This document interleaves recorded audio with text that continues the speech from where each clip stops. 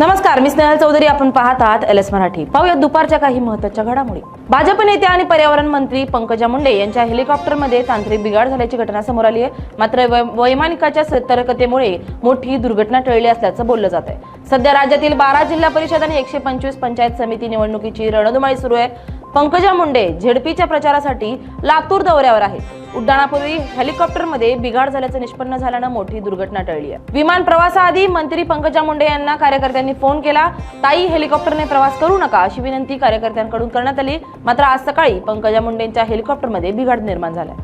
अजित पवार यांचा दशक्रियाविधी होणार नाही असं त्यांचे सख्खे बंधू श्रीनिवास पवार यांनी स्पष्ट केलंय. अस्थि विसर्जनाच्या दिवशी सर्व धार्मिक विधी पार पाडण्यात आले असल्यानं आता यापुढे कोणताही वेगळा विधी केला जाणार नसल्याचं कुटुंबियांकडून सांगण्यात आलंय. तारखेनुसार 6 फेब्रुवारीला दशक्रिया विधी होता.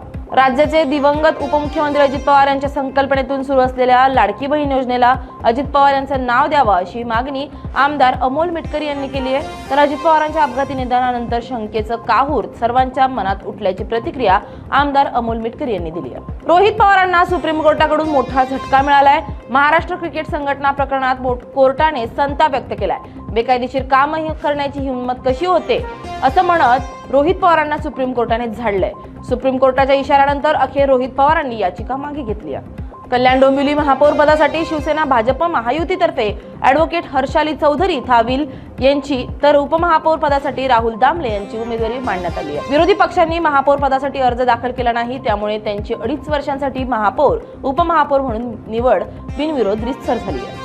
पुणे महापालिकेवर पुन्हा एकदा भाजपचा झेंडा फडकणार आहे. महापौर पदासाठी मंजुषा नागपुरे यांचं नाव सर्वाधिक चर्चेत असल्याचं बोललं जात आहे. महापालिकेतील त्यांचा अनुभव, संघटनात्मक पकड आणि पक्ष नेतृत्वाचा विश्वासामुळे त्यांची महापौरपदी निवड निश्चित मानली जाते.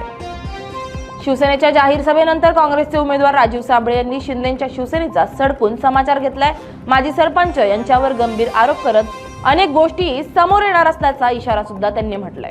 लातूरच्या आंबेडकर चौकात 22 वर्षीय तरुणाची धारदार शस्त्रानं हत्या करण्यात आली आहे. या हल्ल्यानंतर आरोपी घटनास्थळावरून पसार झालेत. या घटनेमुळे लातूरमध्ये प्रचंड तणाव निर्माण झालाय. यावेळी आमदार अमित देशमुख यांनी घटनास्थळावरून पोलीस आणि आरोग्य अधिकाऱ्यांना सूचना केल्यात. आता पोलीस या गुंडांच्या मुसक्या कधी आवळणार याकडे सर्वांचं लक्ष लागलंय. वर्धा जिल्ह्यात 9 महिन्यांच्या कालावधीत महावितरण विभागाने धडक कारवाई करत एकूण 612 ठिकाणी वीज चोऱ्या उघडकीस आणल्यात. अधिकृत वापर करणाऱ्या 16 ग्राहकांवरही कारवाई करत एकूण 591 ग्राहकांवर दंडात्मक कारवाई करण्यात आली आहे. महावितरणाच्या या मोहिमेमुळे वीज चोरांचे धाबे दणाले. या होत्या काही महत्त्वाच्या घडामोडी. पाहत रहा LS मराठी.